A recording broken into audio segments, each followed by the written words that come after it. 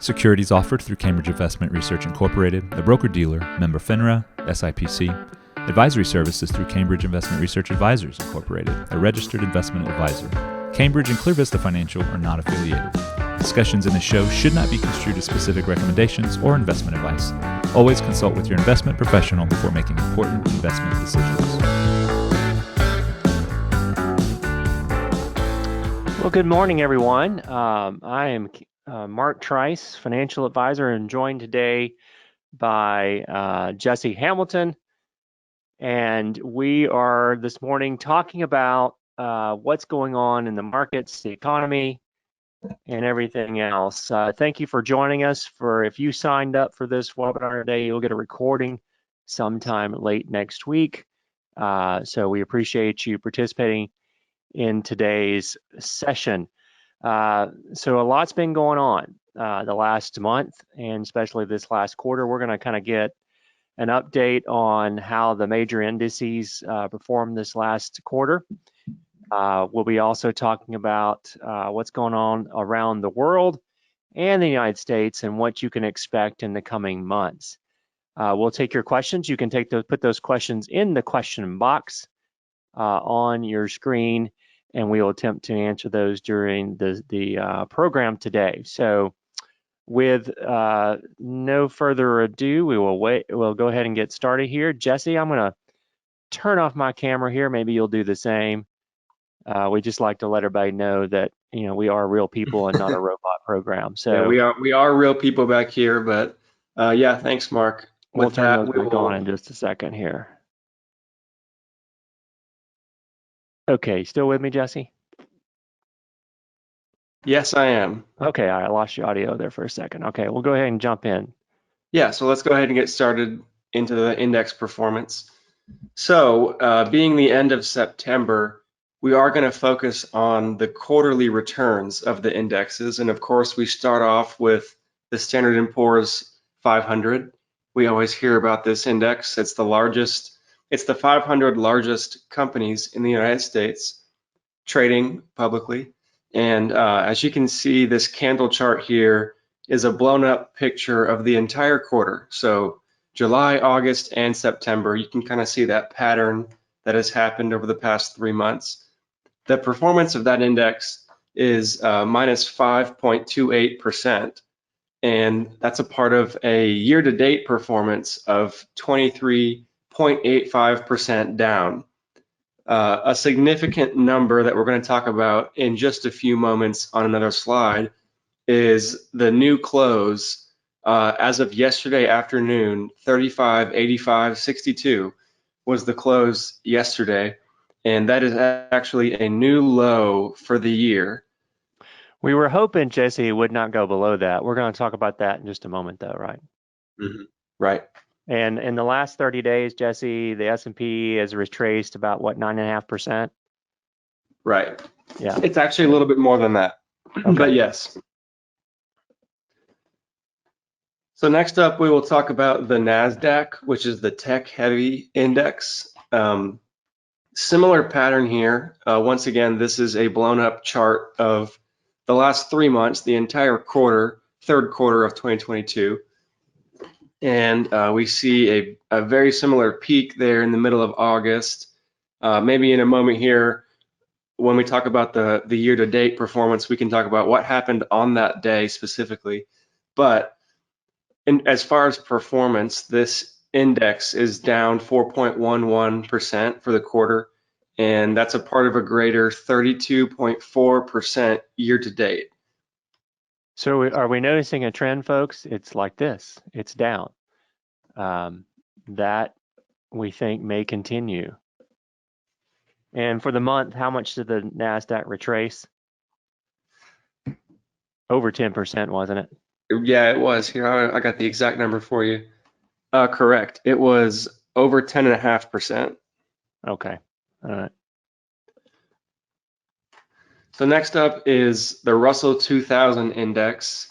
These are small cap companies, which you may not know that you own some. If you see maybe in your portfolio, you might see small cap index or Russell index. That's probably similar to this chart here. Similar look to the other indexes, but this one is down 2.62% for the quarter and 25.86 year to date. And in terms of the last month, the last 30 days trading, this one is down 10.13%. So still the same direction, still the same pullback from the middle of August. We'll talk about that in just a moment, but Right. not going in the right direction. Did it set new lows? It did not on Friday, but that candle there is actually Friday's close. Okay, great. So last, we're going to talk about the long-term Treasury bond index. So these are at least 20 plus year Treasury bonds, generally considered to be the safe place to be, but with the current environment that we're facing with rising interest rates, this index has struggled. Minus 10.89 for the third quarter of 2022. And that's a part of a greater 30.87% year to date, Mark. Yeah, and that's and the reason, folks, that we show you these four indices is because it's very likely that your portfolio, unless you're working with us, your portfolio, especially maybe your workplace retirement plan, probably owns some of each of these four indices. And we saw not a one of them is down less than 23% for the year. A lot of people have been choosing to ignore this. And it's important that you look at this. We'll talk more about the treasuries and so forth, but to give you some idea, for every 1% rise in those longer term treasury rates results in a 5% decline in the value of those bond indices. So that's why you're seeing so much hardship here with the bond indexes. Bonds, were told by the financial industry that bonds are the safe place to be. You want to reduce your risk, move more money into bonds, except this year. And that's why we use active risk management and technical analysis, because we know we're not going to hold certain types of bonds in an environment like this, because if you're probably holding the typical 60-40 portfolio, which we're going to talk about in a little bit, your performance is really suffering. And we'll get into that more in just a minute. Jesse, I think you were going to talk about kind of the significance of this week's action in the market. Yes, this was a significant week in the markets. So this picture that you're looking at right now is the year-to-date performance of the S&P 500. And as you can see, we've had several rallies. I think we've had 6 at this point, actually 5 if you include the 2 small ones. But we're talking about 12% down and then 8% up, and then 10% down and 12% up. So this is a pattern that we've seen in the past with other bear markets. So I just wanted to bring up the pattern and give people perspective on what we're working with in the markets right now. But yes, this line that is drawn in there and Mark has highlighted, 36.36, that is a significant line because that's the June low. And we've been testing it all week. And then on Friday in the afternoon, it fell below that line and actually closed below that line. And this is a key level of support. When we look at technical analysis, we see that beginning to as a very fundamental level of support when you're talking about technical analysis. There were other ones in here. We had a little bit of a testing over here in July, and then the big run up there to the Jackson Hole Fed comments. Yeah, Mark, you want to highlight that peak in the middle of August? Yeah. So what happened there? Here we go. Right here, I think I turned off the highlighter. Let me go back real quick. Right here in the middle of August, I think it might have been August 15th, somewhere in there. That was the day. Yep. That was the day that Federal Reserve Chairman Jerome Powell gave his speech from Jackson Hole. Now, since the middle of June, since the middle of June, the market had run up quite a bit, an 18% rally. not near back to where we were, but what the investors took away, except for us and a lot of other people that were watching what he was saying, what investors heard was in June, oh, we're not going to raise interest rates that much. It was fueled on again here in the first week of July when inflation data came out for June, and it wasn't as hot as we thought it would be. In fact, the White House kept putting out there that inflation was flat and we've beaten inflation. That just fueled the hysteria even more. And then at Jackson Hole, which is a meeting of a lot of central bankers from around the world, at Jackson Hole, Fed chairman comes out and says, hey guys, we're serious about fighting inflation. And we will do, and he was channeling his inner Paul Volcker, which was the Fed chairman in the 70s and 80s. He was saying, we're serious. We're going to do everything in our power to fight inflation, and we're going to keep raising interest rates. And well, the market didn't like that. And then you saw this precipitous fall off here through the end of this month, and we don't know if it's still got more to go. But that was the day on the 15th of August that everyone realized that, oh gosh, the Federal Reserve is serious. They're not going to capitulate like they always have in the past, because in the past, and we don't have a slide for this, but in the past, whenever the Fed tried to raise interest rates to try to keep it, inflation at a certain rate, the market had a little temper tantrum. And so since really the great financial crisis in 08 and 09, the Fed has kind of capitulated. Yeah. They've given in. They wanted to keep the market happy. But folks, this time inflation is so hot. We're going back to the early 1980s. Inflation is so hot. They are going to keep raising interest rates until they feel that it's settled down. And we'll talk a little bit more about what that is. We have that discussion a little bit later on too. We'll get into a lot more detail, but that peak in August to where we closed yesterday is minus 17.2%, Mark.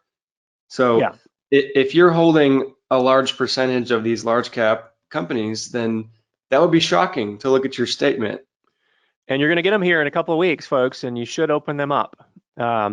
If you want a second opinion or a portfolio, you can always contact us.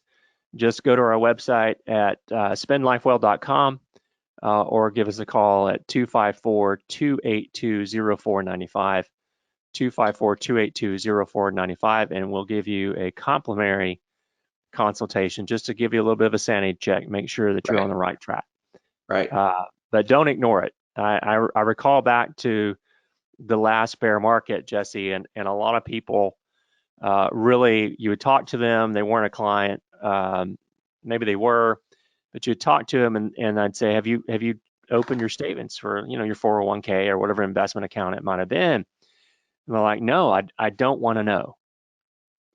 And folks, that's not the way to really look at this. You need to be taking control of your investments and making sure that you're taking steps to protect your portfolio if you can. Right. And preserve that wealth so that when it does turn around, you're prepared to reinvest. Now, you can't time the market, so it's very important that you don't try to do that. Talk to a professional financial advisor. You can give us a call, and we'd be glad to help you with that. Yes, we would. Okay. So this next chart here, Mark actually found this. It's from an article called "The Worst Year Ever" by Michael Batnick, if you want to look it up. But one of these things is not like the other. So if you take a look at that red dot right there, that is the 2022 dot. And that just proves that the 60-40 portfolio has experienced the worst 8-month stretch going back to the beginning of some of these indexes back in 1976. Well, look at some of these. Some of these dates may be familiar to our listeners here. 2008, 2001, 2002. Anybody remember those years? I do. Yeah. And those were years in which we had bad performance. The only difference is that in 2002, 2001, and 2008, we didn't have a negative bond index.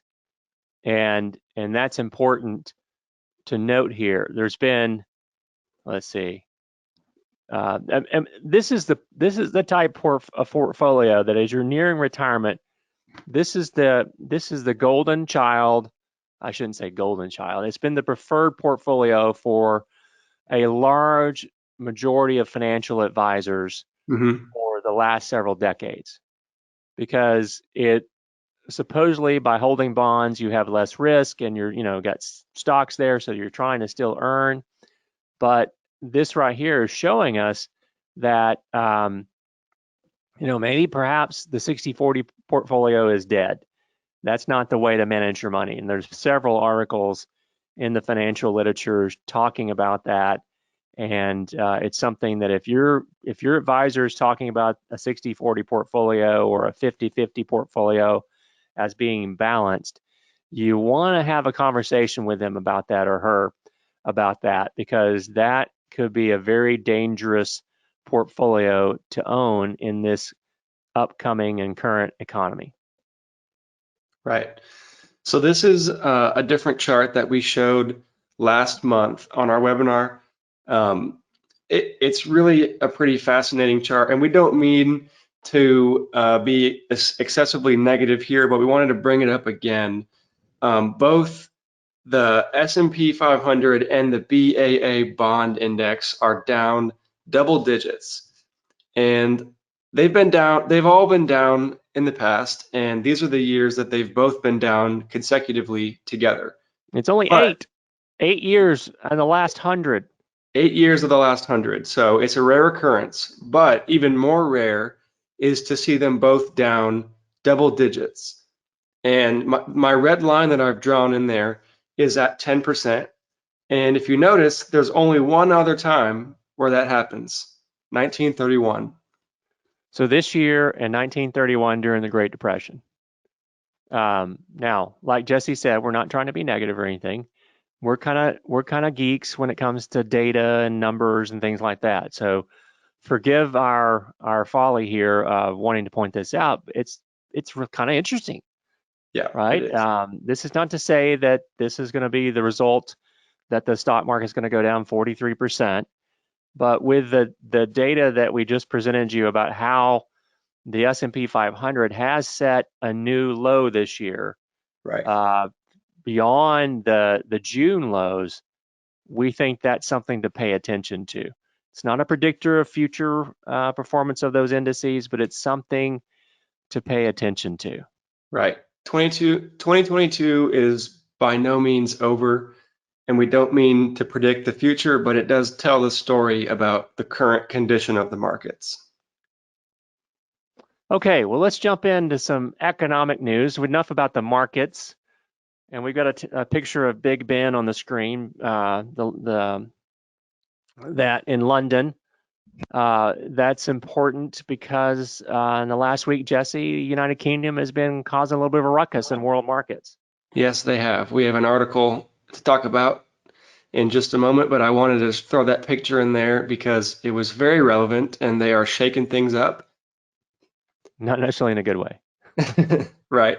So So let's start off with in the US though. Okay. What's going on here?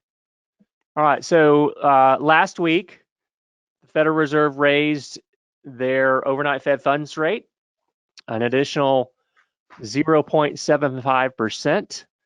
That day, the S&P 500 threw a little tantrum and said, "Oh, I don't like that." So the markets went down about 1.7%. And we always, this is kind of in our office, this is kind of an event, right? Whenever the Right. Federal Reserve has a meeting, it's kind of an event because we see the market fluctuate and be very volatile in the hours ahead of the speech, during the speech, fluctuate on what phrase he might have said. In fact, Jesse and I were watching. We were at our broker-dealer annual conference, and we were watching on our computers in one of the sessions and stuff. And Jerome Powell said something that the markets, I knew, would interpret as positive, and sure enough, within a few seconds, the market goes up quite a bit, only to close the day down minus 1.7%. And, Chairman Powell was a lot more hawkish this time around. And certainly all the regional federal Fed presidents, as they've been giving speeches since that press conference, have continued to be very hawkish. Right. And they did indicate that there was more to come. Jesse, I think you had some notes somewhere that was talking about how, the overnight Fed funds rates is somewhere between 3 and 3.25%. Yes. The target rate there was around 4.4% Correct. by the end of the year. Right. So that means there's at least another percentage point of interest rate hikes coming. The Fed meets again in November and then again in December. So we can anticipate that there'll be some additional hikes coming out from there. There's a lot of data coming out in Right. the next few weeks. Of course, next week we'll get the labor report for the month of September. Uh, uh, the last few weeks, we've seen unemployment filings actually go down, which means that's first-time claims, which means that fewer people are saying that they're out of work. And so we're still seeing a large demand for vacancies and open positions need to be filled. And I would not be surprised if employment continue to rise for the month of September. And that's real critical Mm-hmm. because the Chairman Powell in his speech last week said that one of the things they're looking for, and they fully expect that the economy will slow down enough that it will start to impact employment. So we may see unemployment rates actually go up, but we're not there yet. We're not there yet. So So speaking of data, Mark, the next slide has a little chart that I took a screenshot of from the Wall Street Journal. Talks about consumer spending. So I know you like to talk about this kind of stuff, but household spending rose 0.4% and it dropped 0.2 in July. So talk about what that means. well, there's a couple of different things here that this might indicate. One, it's indicating that consumers, you and I, are spending more of our money to buy the things that we need. And despite rising costs, we're continuing to spend. That in turn will cause those prices to keep potentially going up. So despite that high inflation, U.S. consumers are continuing to spend. And one of the biggest things, and we talked about this on the radio show this week, and that was rising rental rates and utilities. Mm-hmm. Right. We saw the price of utilities in the month of August rise. Gosh, was it 0.6%, something like that, Jesse? I don't Mm-hmm. remember exactly, I think that's but right. it was very hot. Even though the price of gasoline had dropped, we're seeing that creep up again. But the price of gasoline had dropped quite a bit. That kept the overall inflation number down. But when you look at core inflation, when you look at the rising cost of food and utilities and rents, inflation is still on the rise. So we'll be watching that a little bit. But another thing here, Jesse, I wanted to go back because I had a blank slide here. I was going to draw. Okay. That's probably dangerous. I probably shouldn't draw. But folks, a normal, when we look at yield curves, when we talk about a 2-year out to a 30-year yield curve, a normal healthy economy, the yield curve looks like this, okay?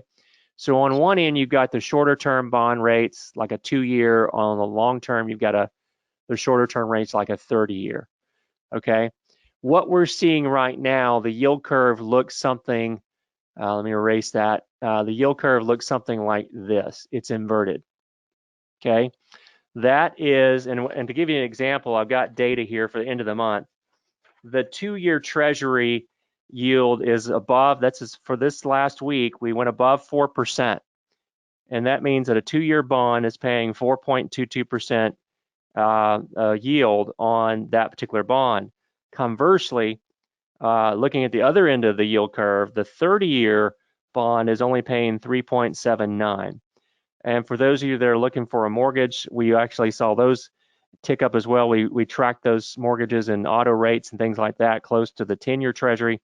That's around 3.83. So it would be here in the middle here, but it would also be lower than the 30-year Treasury. Now, to give you some idea, the 2-year Treasury yield on September the 1st was 3.51%. It ended the month at 4.05%, and we don't see that trend changing very much. That is many economists believe that an inverted yield curve like that is a precursor to a recession. And so we don't have a predictor, although the first quarter and the second quarter of this year, gross domestic product growth was negative. They came out this week and revised that particular data to say that it was negative. I would not be surprised, folks, that if we might see positive gross domestic numbers coming out towards the end of the month here. They usually come out about the third or fourth week when we see those GDP numbers. I would not be surprised if we see that because the economy has been expanding a little bit, but a lot of that's, and we don't have a slide on trade balances and stuff, Jesse, but because the dollar has been rising in value around the world, that creates a situation where we're able to buy more imports at lower cost. And so that keeps the trade balance narrower. We always have a deficit in our trade balance, but that keeps that trade balance lower, and that actually can have a little bit of an uptick in gross domestic product or growth of our economy. Now, something to look for, we've had a pretty bad hurricane in the state of Florida this past week. Our prayers goes out to those folks. A friend of mine from Charleston, South Carolina, was sending me pictures of her neighborhood in downtown Charleston, and people were floating down the street in kayaks. So a lot of potential damage there on the East Coast. Still a lot of potential damage to come with flooding and things. That situation with the impact on the state of Florida and the East Coast may actually impact the gross domestic product of the U.S.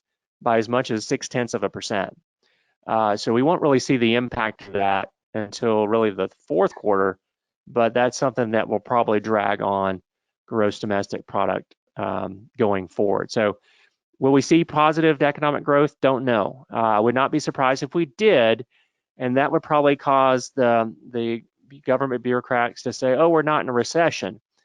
But I think we're slowing down. Our economy is slowing down. I definitely feel very strongly that if we aren't in a recession now, we probably will going into early 2023. That's when we might see some impact on in employment and things of those natures. Right.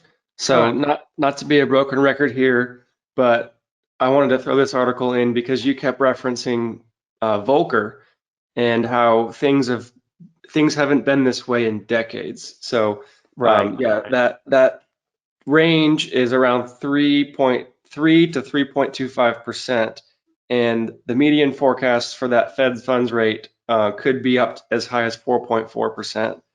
And that's just based on the Federal Reserve chairman, presidents doing their predictions, and that's it. They're just a prediction, and they're responding just like you and I are as data comes out.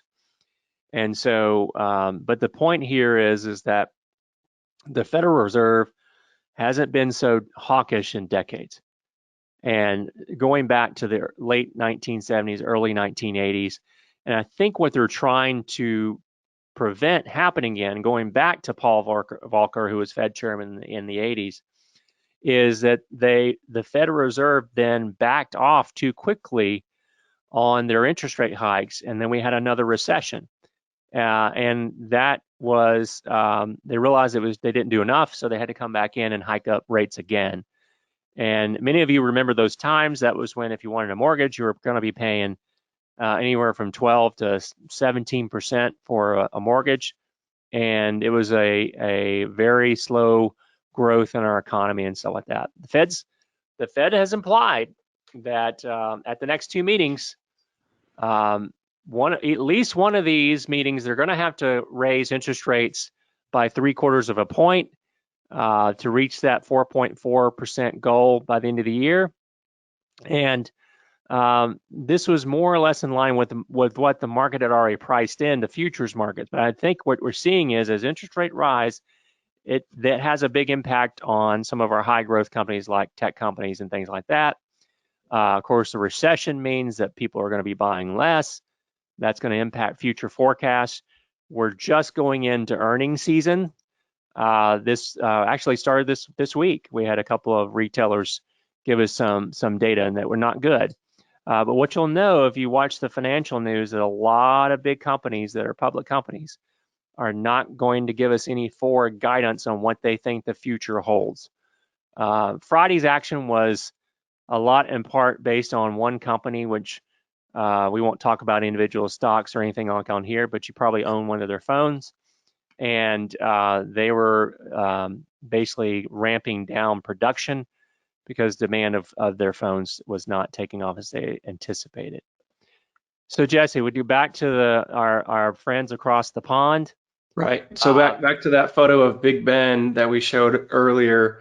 The Bank of England did something very different, unexpected this week. Do you want to get into that? Yeah. Well, let me put it this way: they did something that in the United States we're trying to do the opposite, and they announced that they were going to start selling bonds or buying bonds. Excuse me. They're buying bonds. Where in the U.S. we're trying to sell the bonds. We're trying to unwind the Federal Reserve's balance sheet. But they were doing that in response to what the United Kingdom's new government had announced the previous week. And that was that they announced in order to help its citizens deal with rising energy costs, which are going to be astronomical coming into the winter months in Europe, right. They announced a government tax cut. Well, folks, this creates more liquidity in the money supply in the UK, and that's what causes inflation. That's part of what causes inflation to take off. So it was a conundrum. You had one side of the British government doing one thing, which was causing problems and caused borrowing costs to soar, and really triggered a lot of meltdowns in a lot of financial instruments held by pensions. Then you had the Bank of England say that it was going to start buying long-dated government bonds on whatever scale is necessary to calm the markets. Well, that lasted for one day. That lasted for Thursday. The markets were up a little less than 2%. And basically, or was that Wednesday, Jesse? I don't remember. I think it was Wednesday. Okay, it was Wednesday. And then Thursday, they gave everything back because it's not enough. And the Bank of England and the British government are not communicating and causing problems. Of course, there's a new prime minister in the UK, and she is just getting started. And of course, she's got a little bit of mud on her face right now, as far as that's concerned. That caused a lot of turmoil, which I don't think they intended. But when we have leaders in government, whether it be in Europe or our own country, that don't know what they're doing, they really can cause a lot of damage to markets and the economy. Right. Okay. And talking about Europe again, the Eurozone's annual rate of inflation hit double digits in September. And a lot of it had to do with uncertainty about the currency area's ability to make it through the winter without power cuts. And they're going to have to keep energy prices elevated. Some of you may have read the news this week. The Nord Stream 1 and Nord Stream 2 pipelines, which send, is it natural gas, Jesse, from Russia? I believe so. Natural gas from Russia. And we all know there's a lot of conflict there and a lot of threats to cut things off and things. There was sabotage on those two pipelines in the Baltic, I think, Baltic Sea. And so that caused a lot of folk markets to get upset there. So, we're going to see inflation to continue to rise and the economy continue to contract. And that creates a lot of headwinds for the financial markets. So, Mark, we keep seeing headlines about the euro dropping and the US dollar increasing, but we're both experiencing extreme inflation. So what's the difference there? Well, I think a lot of that, Jesse, has to do with the balance of trade.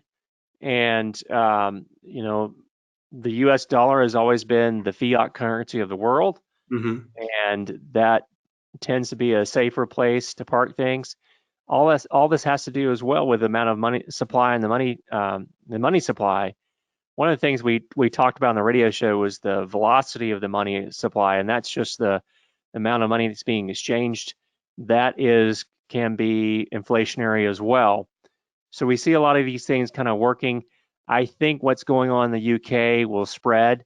The UK is not on the euro; it's on the British pound or the sterling, and they're somewhat centralized, but still will have the ripple effects going around the world. We're watching that dollar really close because a rising dollar has a very negative impact on international investment. So we haven't held, our clients know that if you're not a client, you should talk to us, but our clients know that we've been very defensive in our portfolio since really off and on this year, but definitely since the middle of August when the market began to correct again. And so you need to make sure that you're not holding, which, if your advisor's following modern portfolio theory and they're holding a diversified portfolio with some international and bonds and U.S. stocks and things, all those things are getting hit hard. And depending on what's going on around the world, your international things may be getting hit even worse. So that dollar, the value of the dollar, what was it, just Jesse, for the first time in the decades, the pound and the dollar were equal? Yeah. That hasn't happened in a while. I remember when I took a trip in the mid 2000s to the UK, and it was $1 the sterling was worth $2.50. Wow. So that shows you how much the dollar has gained in strength. We don't necessarily. There are funds that you can, if you want to invest in dollars and so forth, but we tend to avoid those. They generate a K1, and a lot of our clients don't like to have those K1s. But that's something we can certainly talk about if you'd like to give us a call. Also on Friday, we have to watch what's going on in China. They're one of our biggest trade partners, and we have to watch that. The economic activity in September in China was barely on life support. The services sector slipped into contraction, and that's a big deal because China. I don't know if I trust all their data, but they're always trying to paint the best picture, right? The communist regime, communist economy, they want to paint the best picture. And they're actually saying that the services sector is actually contracting. And so that's beginning to offer new evidence of the damage that Beijing's COVID prevention measures and a real serious real estate slide are inflicting on the country's economy. Right. That's going to have long-term effects. Yeah, there is going to be a regime change in October. Jesse and I laugh about it, but our favorite Chinese restaurant here, we have some folks there that are from in country. They go back and forth to China, and they try to give us a little bit of update from time to time on the political economy going on in China. So anyway, look for that regime change in China. That may mean the change, because what's going on in Beijing right now is if they have 2 cases of COVID, they shut down the city of 10 million. Mm-hmm. And that may be about to change. So it's possible the Chinese economy might be open back up again and be a little less restrictive, but we'll talk about that in the coming weeks and so forth. If you're a client, you're getting our newsletters. If you're not, you can sign up for our newsletters that we send out twice a month with the latest information of what we're seeing going on in the economy. Jesse, do we have some questions from folks? Yes, we do. So one question is, I guess we could have expected this one. So you said that several times that the 60/40 portfolio is not right for anyone, right? Not right anymore for this financial environment. So what do you recommend? Well, the 60/40 portfolio could be right for you. You just need to talk to your advisor about that. But what we're saying is the financial industry tries to make giving you advice as simple as possible, all the while trying to protect their backside and limit their liability. And so the popular portfolio for those that are nearing retirement, maybe in retirement, has been 60% stocks, 40% bonds, and or even a little bit more conservative, 50% stocks, 50% bonds. Well, that's fine when stocks and bonds act rationally like we've expected them to do. But if you go back and look at various bear markets, we see oftentimes, and this happened in 08 and 09, in the fall of 2008, when things get really rough with the stock market, bonds are supposed to stabilize things, and if not, be a little bit positive. Certainly not very negative. And we've seen that happen. What did we say, Jesse? 8 times in the last 100 years, where stocks were down and bonds were down as well. So that's why this 60-40 portfolio has been adopted. We approach the market from a active risk management approach. And that means that you don't have a set portfolio and forget it. Or as the modern portfolio theory says, buy and hold. We don't think you buy and hold a portfolio forever. We think, because we kind of talk about that being a buy, hold, and pray. So we like to make sure that we're in the best of investments that have momentum right at that time. Because that momentum, it means that that sector has relative strength. And we didn't put it on the slides this month, Jesse, but of the 11 sectors in our economy, and also including all the different bond indexes, none of them have in the last 45 days outperformed just holding cash. Let me say that again. We have a rule in our money management investment philosophy says we do not own anything that is underperforming you holding cash. Because if it's under holding just the safety of cash or money market, then that's risky. Now, things go up and down all the time. But if I go back to our earlier slides, the S&P is down, 23, almost 24%, Jesse? Correct. The long-term treasuries are down 30%. Right. So your 60-40 portfolio is doing horrible.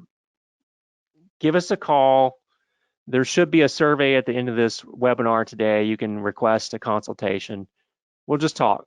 We'll just talk about your portfolio, just see what you're in, because we found that since really the bear market in 2001 and 2002, that the financial markets are getting more and more complicated. You've had the rise of high frequency traders. We've talked about that in previous shows and things. You've had the rise of high frequency traders. There's so much activity. Computers are taking over. Algorithms are doing a lot of the trading and so forth. And the 60-40 portfolio has really waned in its relative performance over the years. Let's go back to that chart over here, the dot plot that we had. There we go. This is going back to 1976. And you on the one side here, you got the S&P 500. That's the X index. The Y index on the left is the Barclays Aggregate Bond Index. And you can see that there were a number of times where the bond index was negative, but the stock market wasn't that negative. I mean, I've got less than a handful of times that the bond index is negative.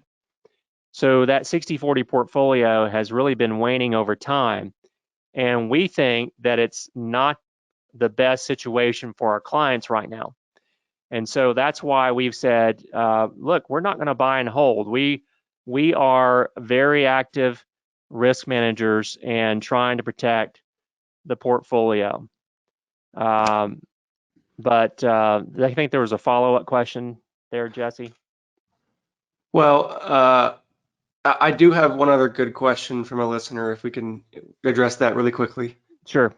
So it says, all I hear is negative views of the market, so should I stop contributing to my 401k at work? Well, your 401k work's a little bit of a different animal. okay? Because you're contributing every paycheck, and as you're going through this right now, what you've seen is the market slid down, and you're continuing to put the same amount into the portfolio. That really means you're buying stuff on sale. You're dollar cost averaging, and we don't encourage people to stop contributing. We just tell people to keep buying things on sale, and you'll have that much of an upside when the market does turn around. So yeah, don't change that. Okay. Keep doing that and going in there. Now I know there was a follow-up question from the listener that was asking about the 60/40 portfolio.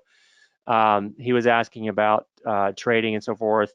And in our broker dealer platform, the platforms that we use, you do not incur. He was concerned about costs if you're trading a little bit more actively, and we're not that active. We can't time the markets. No one can. But we do rebalance the portfolio so that we are in the strongest sectors. And as we said, there's not any strong sectors right now, not even energy anymore. But we have a platform set up that does not incur any additional transaction cost.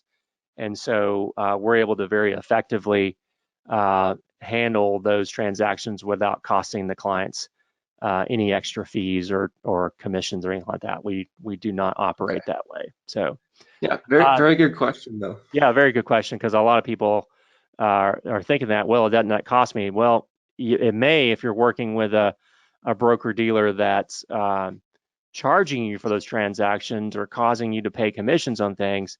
That would be very costly. But there's so many good financial advisors that are able to that are able to help you with things and help you actively manage your portfolio without any additional transaction costs. So I just wanted to point out, thank you for those are good questions and things. I want to point out that we've got a couple of upcoming events. Actually, this next Tuesday, September went by fast, Jesse, Yes, and it did. we've got a monthly webinar comes up on a specific topic. Because it is October 15th, it's the beginning of open enrollment for Medicare. Yep. We always like to talk about this because we find that a lot of folks are underutilizing their Social Security and potentially paying too much for Medicare.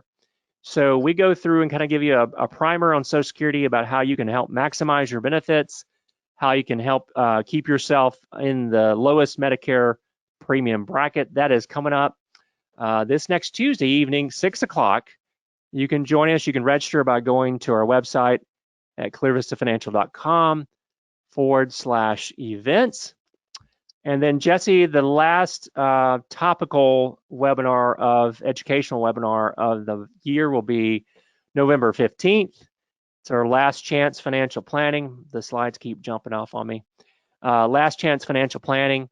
And we'll go through a number of different topics, things you can do year-end tax planning, year-end things. Very practical webinar for our listeners. If you're looking for some practical advice, maybe some tax guidance, that kind of thing, it'd be a great one to attend. Yeah. Okay. So hey, we're up against our deadline here. We want you to give your Saturday back to you. Thank you for listening today. If you have questions, you can send us an email at info@clearvistafinancial.com. You can also, if you want to talk and have a phone consultation, you can look at my calendar. You go to calendly.com/Mark Trice, and you can schedule a phone consultation. Just check the one that says 15-minute phone call, and we can visit with you and catch up about your particular situation. Folks, as usual, we always have to say the information that we discuss are not specific recommendations.